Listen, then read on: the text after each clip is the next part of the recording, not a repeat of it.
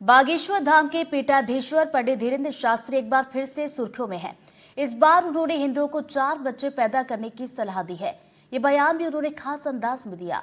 राम कथा के कार्यक्रम के दौरान उन्होंने कहा कि जब चच्चे के 30 बच्चे हो सकते हैं तो हिंदू भी 4 बच्चे तो पैदा कर ही सकते हैं। उनके इस बयान पर अब बवाल मचा है। साधु संत उनके बयान का समर्थन कर रहे हैं तो मौलाना भड़के हुए हैं। भगवा लव ट्रैप की थ्योरी दे रहे हैं।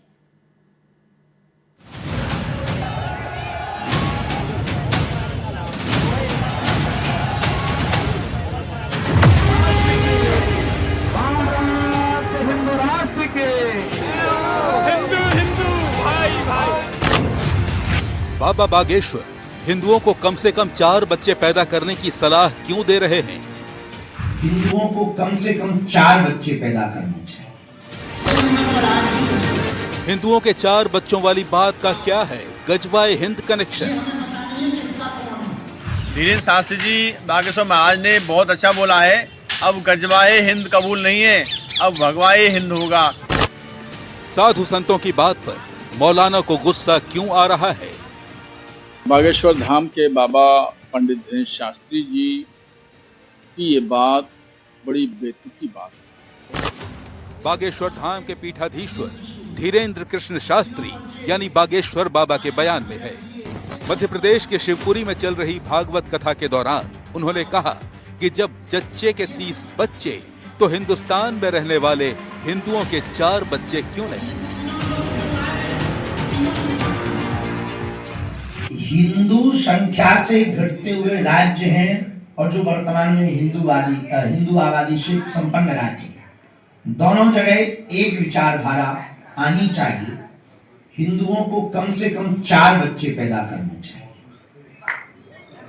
संख्या होगी तो खेल होगा। चच्चे के 30 बच्चे हो सकते हैं तो हिंदुओं के 4 बच्चे हो सकते हैं। बाबा बागेश्वर भारत को हिंदू राष्ट्र बनाने की बात करते हैं, हिंदुओं की घटती आबादी पर फिक्र जताते हैं और गजवाए हिंद के जवाब में भगवाए हिंद का नारा बुलंद करते हैं। इस बार भी उन्होंने चच्चे के 30 बच्चे वाला बयान देकर बता दिया कि निशाना किस तरफ है। बस ऑल इंडिया इमाम एसोसिएशन के अध्यक्ष साजिद रशीदी आग बबूला हो गए। और अगर आप 4 बच्चे करने हैं तो हमसे मुआवजा क्यों करते हो भाई? हम तो 4 बीवियां रख सकते हैं। मुसलमान के धर्म में इजाजत भी है और मुसलमान सक्षम भी है 4 बीवियां रखने के। इसलिए अगर आपको 4 बच्चे करने हैं तो आप हिंदुओं से कहो कि 4 बच्चे पैदा करो। और आपसे पहले बहुत सारे संतों ने उल्टे सीधे बयान दिए हैं। साजिद रशीदी यहीं नहीं रुके, हिंदुओं की घटती आबादी का धार्मिक और सामाजिक विश्लेषण शुरू किया और हिंदू लड़कों पर शादी के लिए मुस्लिम लड़कियों को ट्रैप करने का इल्जाम लगा दिया। और आपके यहाँ तो बच्चों को बोझ समझते हैं, पेट में ही मरवा देते हैं। आपके यहाँ तो गर्भपात करा देते हैं। इसका नतीजा ये हो रहा है, मैं देख रहा हूं कि हिंदू लड़कों को लड़कियां नहीं मिल रही हैं।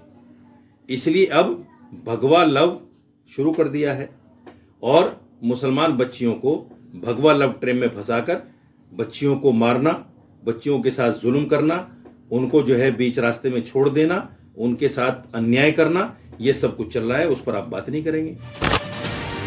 साजिद रशीदी ने भगवा लव ट्रैप की थ्योरी उछाली तो गजवाए हिंद बनाम भगवाए हिंद का नारा उछलते देर नहीं लगी। लोग कहते हैं कि हम गजवाए हिंद बनाएंगे और सनातन कहता है कि हम भगवाए हिंद बनाएंगे।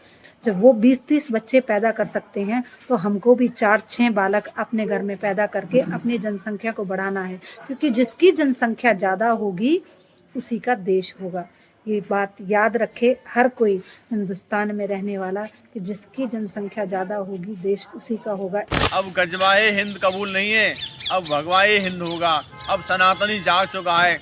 संपूर्ण विश्व के सनातनी चाहते हैं कि हमारा हिंदुस्तान हिंदू राष्ट्र बने, क्योंकि कुछ बेधर्मी मानसिकता के व्यक्ति हमारे देश को गजवा हिंद बनाना चाहते हैं। और जो गजवाए हिंद की धारणा रखने वाले लोग हैं वो देश से बाहर पाकिस्तान जाएंगे। इसी गजवाए हिंद के विरोध की बात धीरेन्द्र कृष्ण शास्त्री भी करते हैं और इसी का हवाला देकर भारत को हिंदू राष्ट्र बनाने की वकालत भी करते हैं।